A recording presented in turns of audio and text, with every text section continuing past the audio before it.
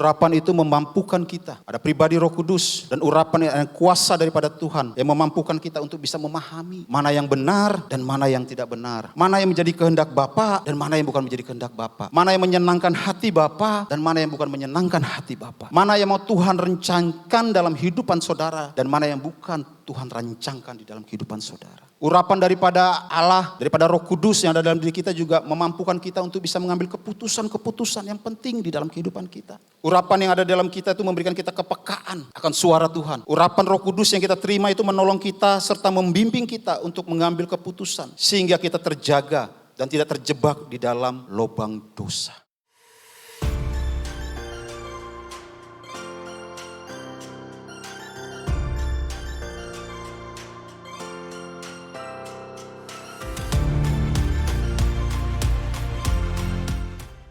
Amin. Amin. Saudara-saudara, yang dikasihi Tuhan, hari ini kita akan membahas tentang sebuah hal yang menurut saya, hal ini sangat penting untuk kita pahami di dalam Injil firman Tuhan. Yaitu tentang urapan. Hal ini sangat penting. Saya ulangi sekali lagi, hal ini sangat penting untuk kita bisa pahami di dalam Injil firman Tuhan. Urapan itu adalah tindakan simbolis yang memiliki makna rohani. Dalam Alkitab, urapan digunakan untuk menunjukkan kekudusan atau pentabisan, diberikan kuasa atau otoritas kepada orang yang dipilih. Namun, saya menemukan ada banyak kesalahpahaman tentang urapan. Ada yang menganggap bahwa urapan hanya untuk para pemimpin rohani, atau bahwa urapan hanya diberikan kuasa untuk mukjizat saja.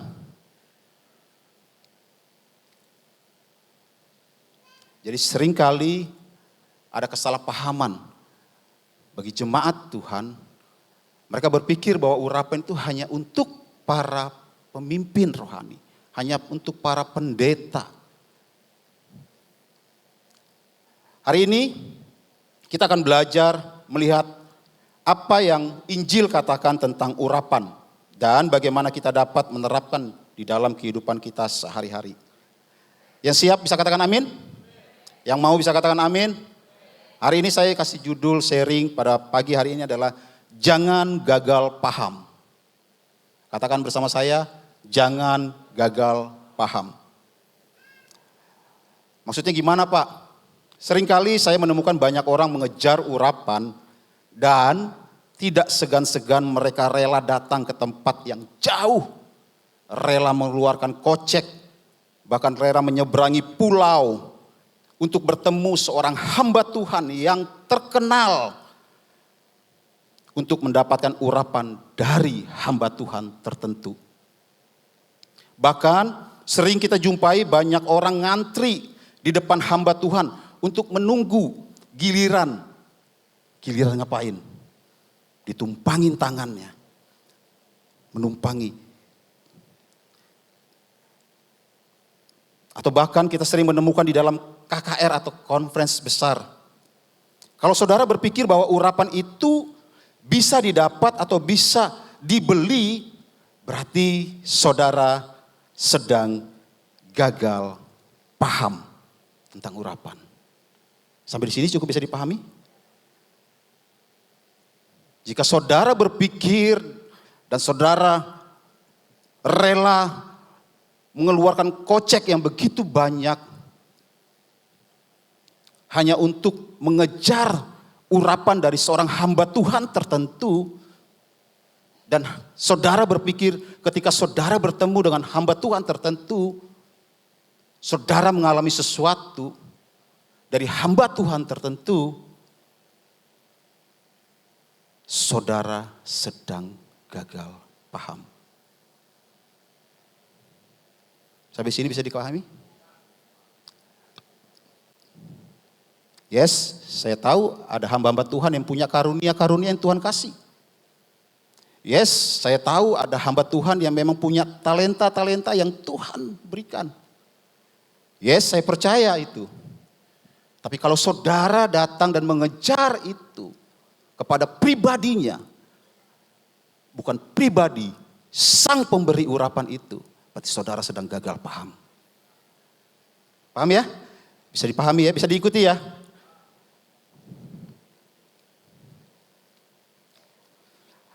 Hari ini saya ingin mengajak bagaimana supaya kita tidak gagal paham mengenai atau mengenal urapan. Yang pertama, poin yang pertama yang saya bagikan adalah jangan melihat urapan hanya untuk pemimpin rohani.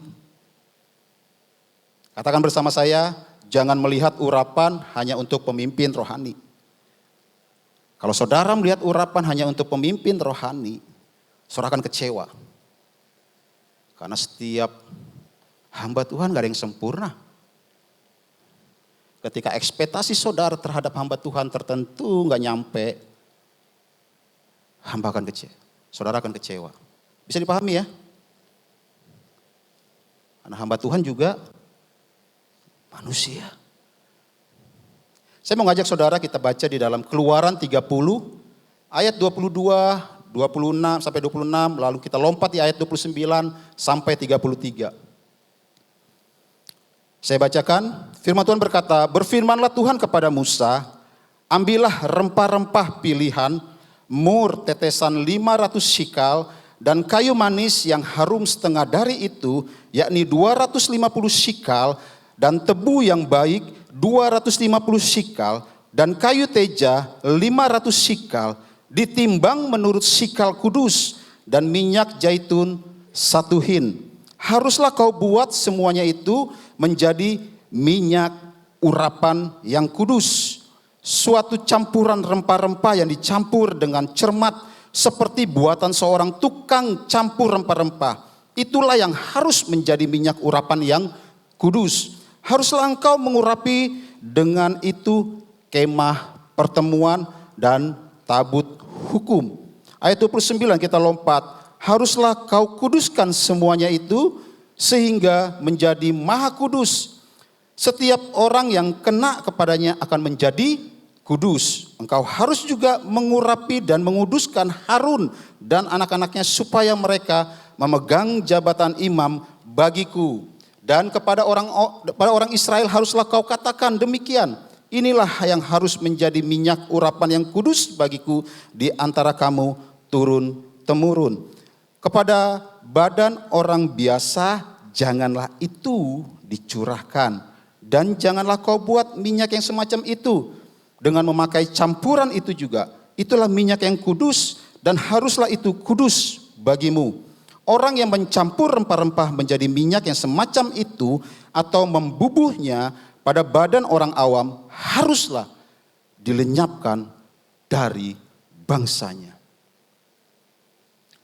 Dari kebacaan firman Tuhan ini kita bisa melihat ya, urapan dalam perjanjian lama bicara tentang mengurapi imam besar. Yes, Bapa Tuhan Allah memilih Musa, memerintahkan Musa untuk membuat minyak urapan.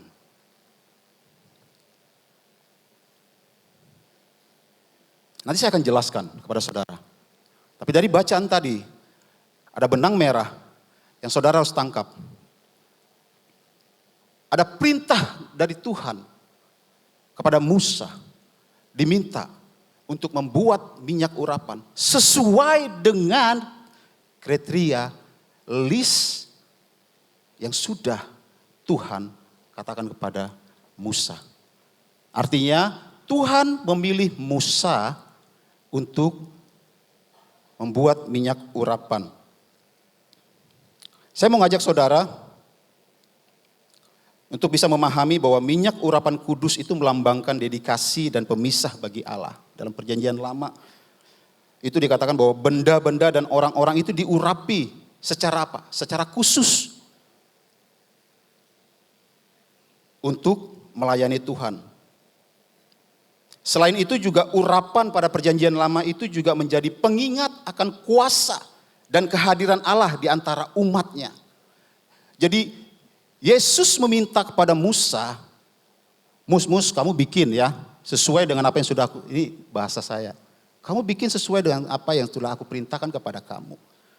Dan kamu buat itu, lalu kamu oleskan itu kepada benda-benda yang nantinya akan dikuduskan ketika minyak itu dituangkan kepada benda itu. Dan kamu urapi Harun ya. Maka Harun akan menerima urapan sebagai imamnya Tuhan yang dipilih Tuhan.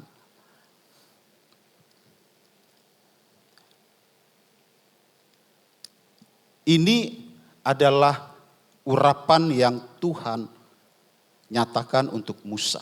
Dan kita kalau baca ini kita bisa renungkan bahwa Musa melakukan seperti apa yang firman Tuhan katakan. Kita masuk di dalam, kalau kita bicara tentang ini tadi saya sedang jelaskan urapan perjanjian lama. Lalu kalau kita bicara tentang urapan di zaman sekarang itu seperti apa? Kita baca di dalam Yohanes 1 Yohanes 2 ayat 20 firman Tuhan berkata, tetapi kamu telah beroleh pengurapan dari yang kudus. Dan dengan demikian kamu semua mengetahuinya. Saya mau ajak kita lompat lagi di ayat 2 Korintus 1 ayat 21 sampai 22. Firman Tuhan berkata, sebab dia yang telah meneguhkan kami bersama-sama dengan kamu di dalam Kristus adalah Allah yang telah mengurapi, memateraikan tanda miliknya atas kita yang memberikan Roh Kudus di dalam hati kita sebagai jaminan dari semua yang telah disediakan untuk kita. Kedua ayat ini berbicara tentang pengurapan yang kita terima sebagai orang percaya daripada Kristus Yesus. Pengurapan ini adalah karunia dari Allah. Dan pengurapan yang kita terima ini memberikan kita kuasa, memberikan kita pengetahuan tentang hikmatnya Tuhan bagi kita yang percaya. Nanti saya akan jelaskan setelah kita baca ayat Matius 3 ayat 17. Lalu terdengarlah suara dari sorga mengatakan, inilah anakku yang kukasihi, kepadanya lah aku berkenan. Ini waktu Yesus dibaptis oleh Yohanes. Dan ada suara terdengar berkata bahwa inilah anakku yang kukasihi, kepadanya lah aku berkenan. Yesus diurapi oleh Roh Kudus. Menandakan identitas Yesus sebagai anak Allah yang dikasihi oleh Bapa, yang diutus untuk menyelamatkan dunia. Ini menandakan pengurapan atau peneguhan di dalam kehidupan kita sekarang. Sampai di sini cukup bisa dipahami? Perjanjian lama fokus urapannya adalah berfokus kepada benda-benda, orang-orang. Ada benda-benda yang dipisahkan dan dikuduskan. Ada orang-orang yang dipisahkan, yang dikhususkan untuk melayani umat Tuhan. Jadi gak semua orang menerima urapan itu. Hanya orang-orang khusus. Dalam perjanjian lama yang dikhususkan menerima urapan itu untuk melayani umat Tuhan. Jadi kalau ada umat Tuhan yang hidupnya berbuat dosa pada zaman itu, dia harus datang kepada siapa? Kepada imam. Mempersembahkan persembahan melalui perantara imam.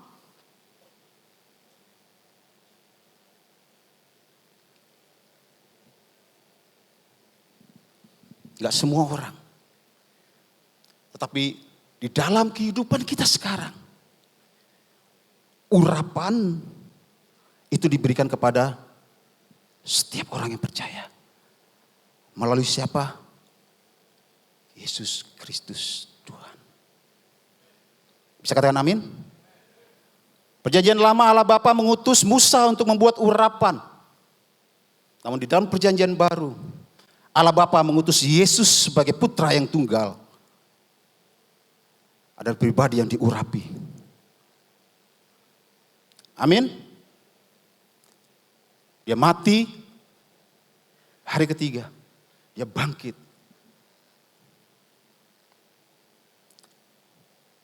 Ada Roh Kudus dicurahkan di dalam kehidupan kita. Roh Kudus yang ada dalam kita itu penuh kuasa dengan urapan yang sama di dalam Yesus Kristus. Amin. Setiap kita yang percaya kepada Yesus Kristus telah menerima Roh Kudus. Dan di dalam Roh Kudus ada kuasa. Kemarin Pastor Hendra menyampaikan Roh Kudus dan urapan itu nggak bisa dipisahkan. Dia adalah satu.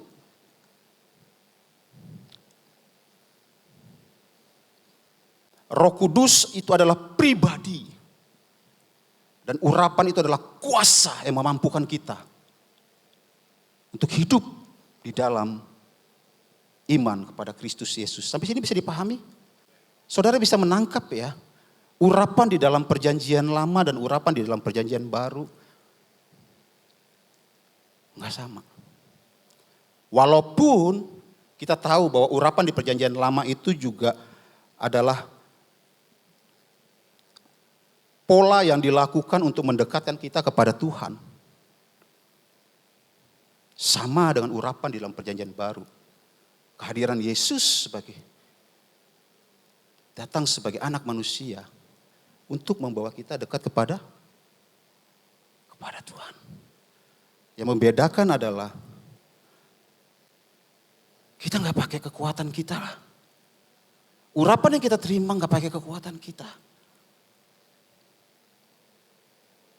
Urapan di dalam Kristus Yesus yang kita terima hanya cukup dengan berkata, aku percaya Tuhan adalah satu-satunya juru selamatku. Begitu dengan sangat mudah. Jadi saudara jangan gagal paham tentang urapan. Supaya saudara tidak menganggap bahwa urapannya Pastor Daniel itu beda dengan saudara. Urapan Pastor Andri beda dengan saudara. Urapan dengan Evangelis Nancy beda dengan saudara. Siapa saya? Hanya seorang jemaat. Siapa saya? Hanya jiwa pertobatan baru. Siapa saya? Kalau saudara berpikir seperti begitu, saudara sedang gagal paham tentang urapan. Pribadi Kristus yang ada di dalam Pastor Daniel dan Pastor Andri, Evangelis Nancy, sama dengan yang ada di dalam diri saudara. Amin. Saya berharap saudara nggak gagal paham dengan apa yang saya sampaikan ya.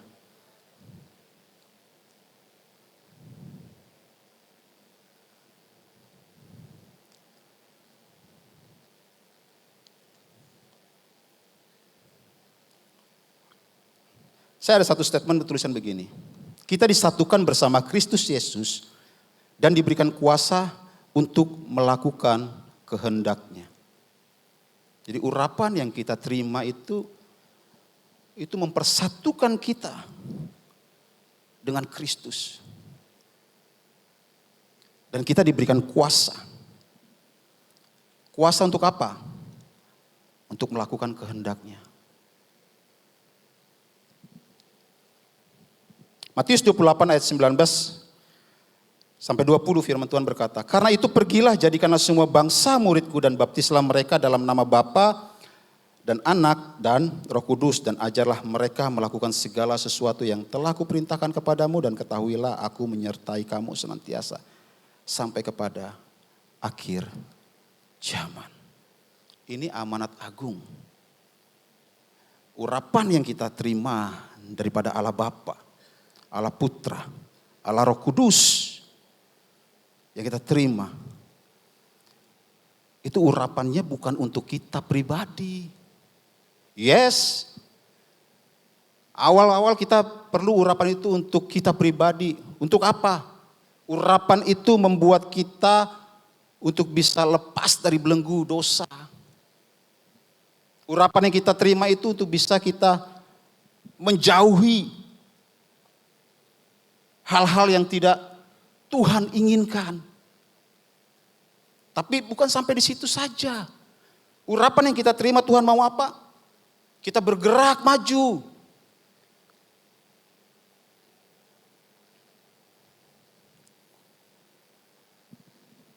Tuhan mau kita menjadi murid Tuhan, bukan hanya murid yang berdiam diri.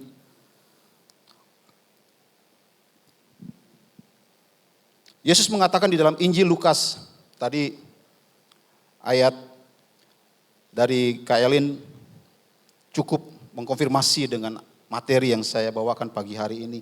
Lukas 4 ayat 18 sampai 19 firman Tuhan berkata, Roh Tuhan ada padaku, oleh sebab ia telah mengurapi aku untuk menyampaikan kabar baik kepada orang-orang miskin.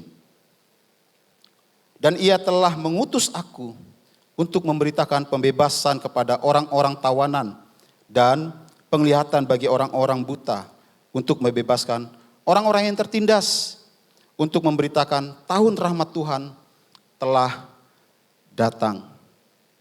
Ini kehendak Bapa yang Yesus kerjakan. Di dalam pribadi saudara ada pribadi Roh Kudus. Allah Bapa, Allah Putra, Allah Roh Kudus ada di dalam diri kita. Dan apa yang Yesus kerjakan itulah bagian yang harus kita kerjakan. Dan ayat inilah yang menjadi bagian untuk kita bisa melakukan kehendak Bapa. Yesus menyatakan bahwa kuasa Roh Kudus ada padanya. Yesus diurapi oleh Roh Kudus untuk suatu tugas.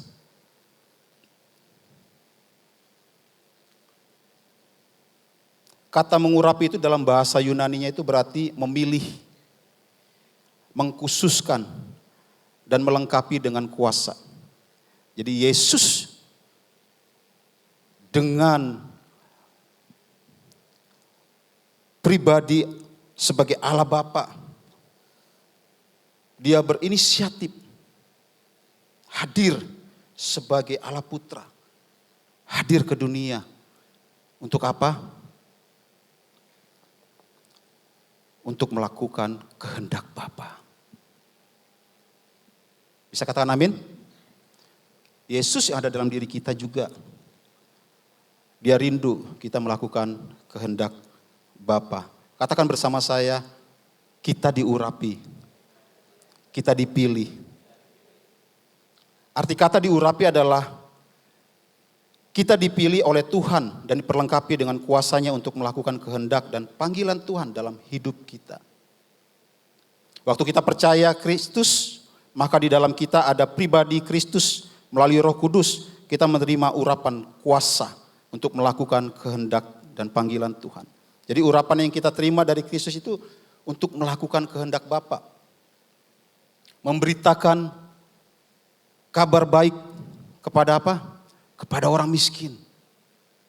Bukan hanya secara miskin materi, tapi mereka miskin rohani. Kurang pengenalannya akan rohani. Itu tugas kita sebagai anak-anak Tuhan, orang yang diurapi oleh Tuhan.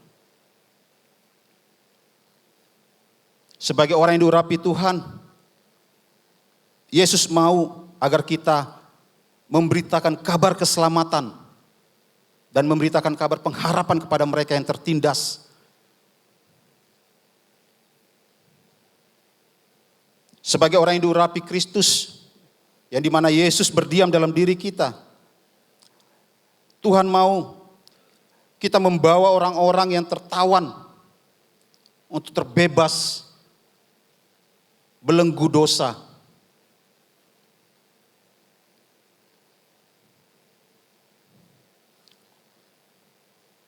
Urapan yang kita terima dari Kristus Yesus itu memampukan kita, menolong kita, membawa kabar baik kepada orang-orang untuk terbebas dari belenggu dosa. Dan setiap orang mengalami pemulihan hubungan dengan Allah. Itu sebabnya dalam rumah ini gak bosan-bosan kita mendorong setiap jemaat Tuhan untuk tertanam dalam satu komsel, dalam sebuah home. Kenapa? Karena kita butuh orang-orang yang diurapi Tuhan lainnya untuk bersama-sama kita saling dikuatkan, untuk sama-sama kita saling belajar.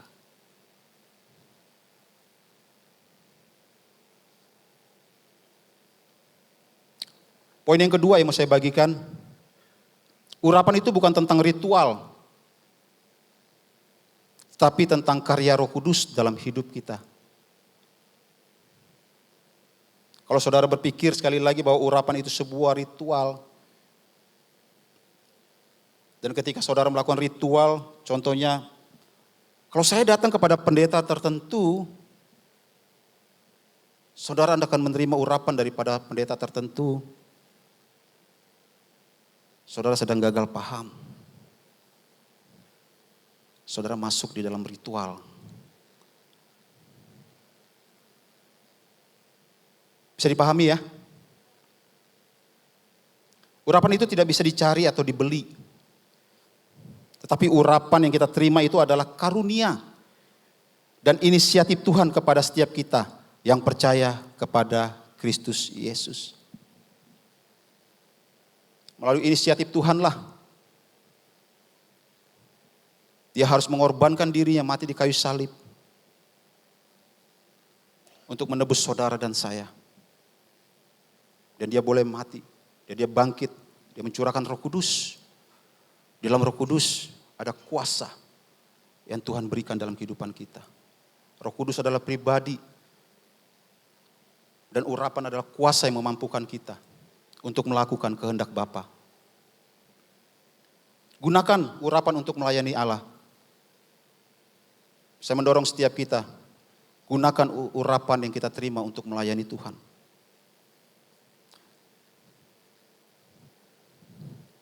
Hiduplah sesuai dengan urapan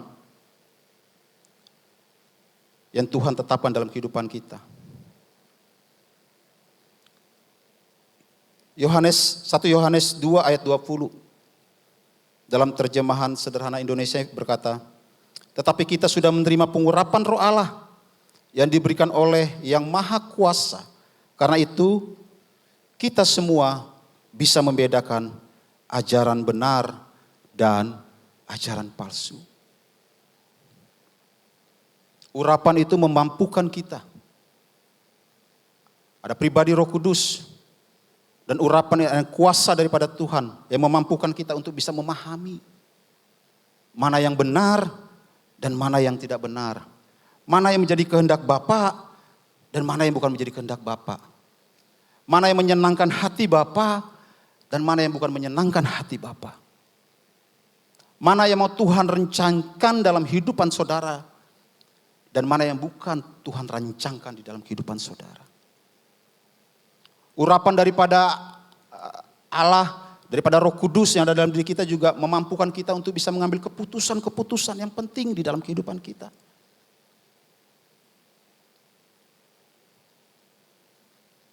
Urapan yang ada dalam kita itu memberikan kita kepekaan akan suara Tuhan.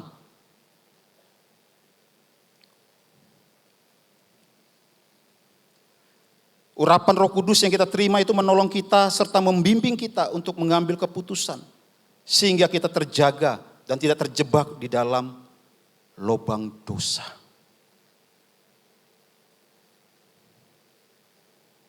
So, jangan berpikir bahwa urapan itu hanya tentang mukjizat. Urapan itu hanya tentang sebuah orang yang dikuduskan sehingga dia punya jabatan tertentu. Setiap saudara memiliki urapan yang sama. Setiap saudara punya kuasa yang sama untuk bisa terbebas dari belenggu dosa.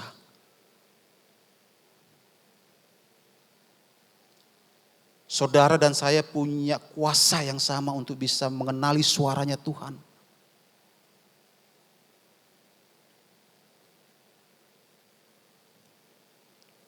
Katakan bersama saya, urapan membantu kita untuk menjadi peka terhadap suara Allah. Saya undang teman-teman tim Praise and Worship untuk bisa bantu saya.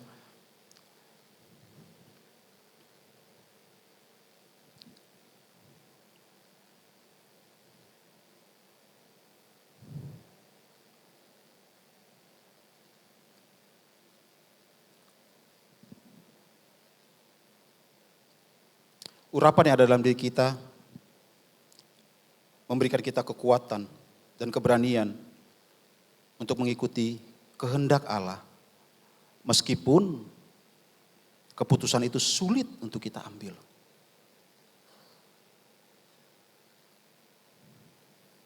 Bisa katakan amin? So bagaimana agar kita bisa tidak gagal paham hidup di dalam urapannya Tuhan. Bangun hubungan saudara dengan Tuhan lewat bacaan firman Tuhan dan berdoa. Saudara gak bisa mengandalkan imam untuk bisa mengenal urapan yang Tuhan berikan sama kepada setiap kita. Dibutuhkan siapa? Langkah iman saudara. Respon saudara. Dengan cara apa? Hari-hari ini. Coba renungkan di dalam kehidupan kita pribadi. Masing-masing pribadi. Seberapa sering kita membaca kebenaran firman Tuhan. Sebagai orang percaya kepada Yesus Kristus. Kita mengklaim diri kita bahwa kita adalah orang Kristen. Sebagai orang percaya kepada Kristus Yesus. Dan kita mengklaim diri kita bahwa kita ditebus oleh Yesus Kristus. Tapi seberapa sering saudara hidup di dalam perenungan firman Tuhan setiap hari.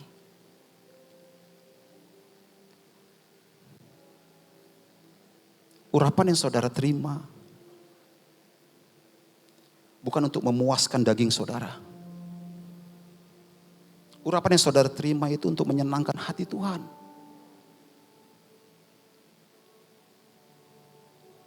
Untuk memuliakan nama Tuhan.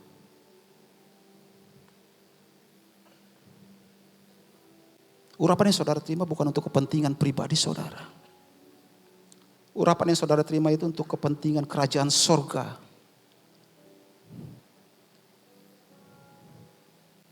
Dengan mudah saudara bisa terima urapan hanya cukup dengan percaya kepada Kristus Yesus.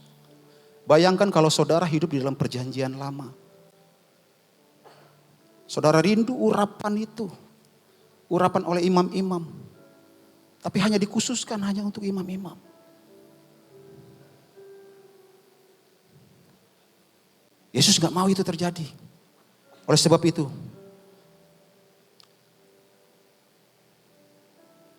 Allah Bapa mengaruniakan anaknya yang tunggal. Untuk mati di kayu salib. Menebus setiap dosa kita. Bukan lagi dengan imam yang memberikan korban persembahan. Tetapi dirinya sendiri. Dia mengorbankan mati di kayu salib. Dengan inisiatif dia sendiri. Dia mengorbankan diri mati di kayu salib. Memilih menebus setiap dosa saudara. Dan dia bangkit. Dia menjanjikan ada Roh Kudus.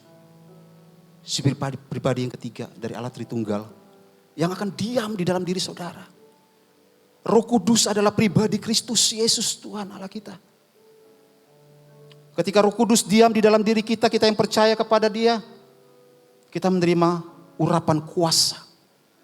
Urapan kuasa itulah yang Tuhan mau kita pakai. Untuk melakukan kehendak Tuhan.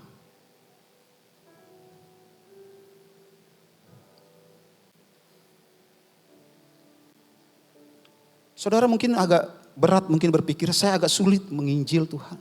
Pak, Kalau saya menginjil, saya memuridkan orang lain, saya agak sulit. Saya nggak punya karunia itu. Tapi kok saudara punya urapan kuasa untuk berlutut berdoa. Di tempat saudara, nggak ada orang lain tahu. Di tempat saudara, yang nggak ada orang lain tahu, saudara bisa berdoa untuk orang lain.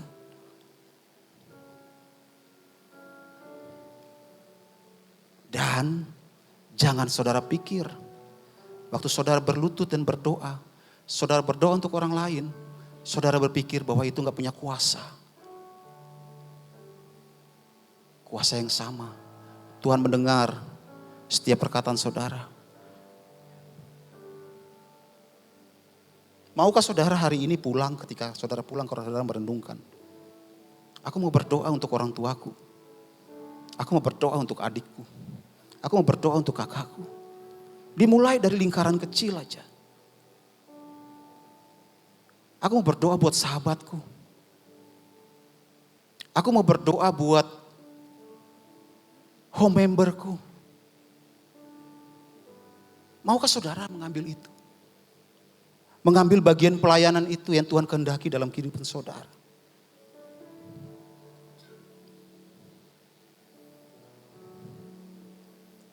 Amin. Ada urapan yang sama. Perjanjian lama, urapan menggambarkan kehadiran Allah. Dan Allah berdiam di dalam ruang Maha Kudus. Gak ada di tempat lain. Umat Tuhan mau cari Allah harus datang ke ruang Maha Kudus.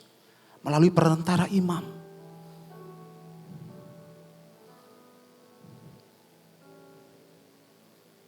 Tapi karena kebaikan Tuhan Yesus Kristus, Tuhan Allah kita. Dia Allah Bapa. Dia menanggalkan kealahannya. Dia turun sebagai manusia. Hadir. Untuk saudara dan saya. Kita bisa menemukan sekarang pribadi Allah itu di mana? Di mana saja.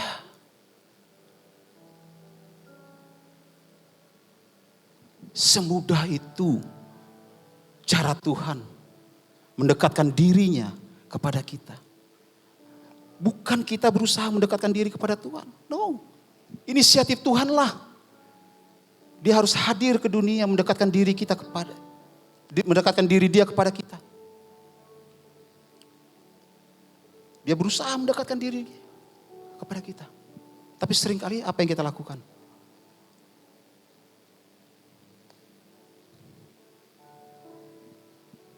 Tanpa kita sadari.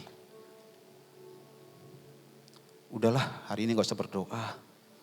Udahlah hari ini gak usah ibadah.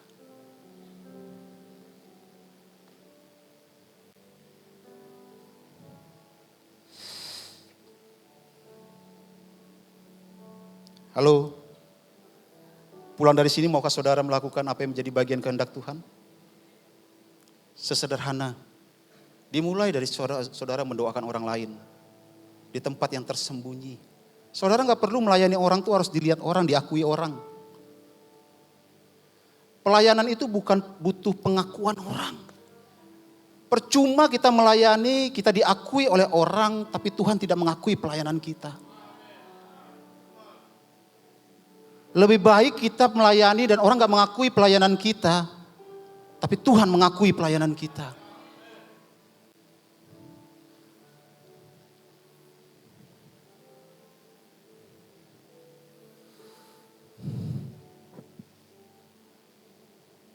Melalui kuasa Yesus Kristus. Kita baca di dalam ayat. Ini saya dapat tadi pagi. Saya teringat ayat ini. Kisah para Rasul, saudara boleh buka di tab Alkitab saudara. Kisah para Rasul 1 ayat 8, firman Tuhan berkata, tetapi kamu akan menerima, saya mulai dari ayat Matius dulu ya. Matius 16 ayat 19, nanti kita lompat di ayat Kisah para Rasul, saya akan jelaskan. Matius 16 ayat 19, firman Tuhan berkata, kepadamu akan kunci kerajaan sorga, apa yang kau ikat di dunia akan terikat di sorga. Dan apa yang kau lepaskan di dunia akan terlepas di sorga. Wow, gak ada yang wow. Gak ada yang suka dengan kunci kerajaan sorga. Kepadamu, kamu akan diberikan, kepada kamu akan diberikan kunci kerajaan sorga. Wow, ini yang Yesus katakan kepada Petrus. Kepadamu akan kuberikan kunci kerajaan sorga. Tahu gak sih kunci kerajaan sorga itu apa? Kita punya kuasa. Waktu Yesus mati di kayu salib, tahu gak? Ada tirai yang terbelah dari atas ke bawah. Tetapi kehadiran Yesus mengubah. Kau kuberikan kunci. Tirai sudah kubuka. Kau punya kuasa untuk memberitakan berkat di dalam keluargamu. Kau punya kuasa untuk memberitakan kesembuhan di dalam keluargamu. Kau punya kuasa untuk memberitakan pemulihan di dalam keluargamu. Apa yang kau buka di bumi, di dunia, terlepas di sorga. Bukan lagi dari sorga yang melepas baru turun ke bumi. No. Dan kuasa daripada Tuhan.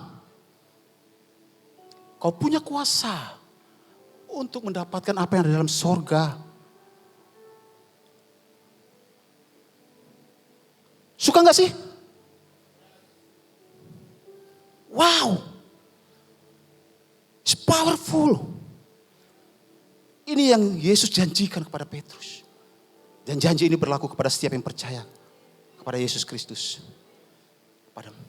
Kalau kita mengakui kita adalah murid Kristus, saudara harus klaim ayat ini. Saudara declare ayat ini. Kisah para Rasul 1 ayat 8. Firman Tuhan berkata, tetapi kamu akan menerima kuasa kalau Roh Kudus turun atas kamu. Dan kamu akan menjadi saksiku di Yerusalem, di seluruh Yudea, Samaria, dan sampai ke ujung bumi. Katakan amin. Yerusalem bicara apa sih? Keluargamu.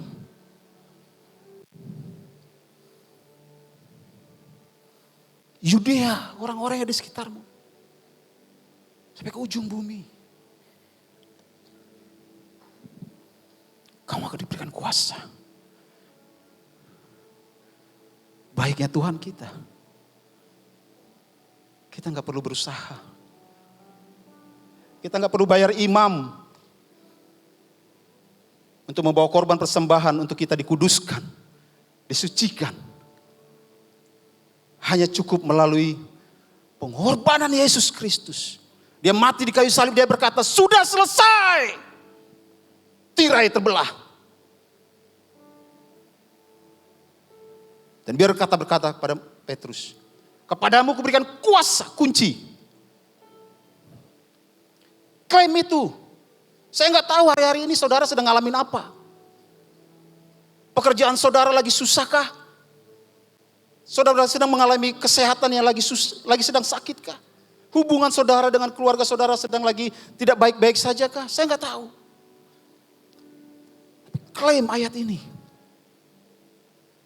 Saudara baca jangan hanya seperti baca komik ayat ini. Tapi baca dengan kerinduan iman saudara.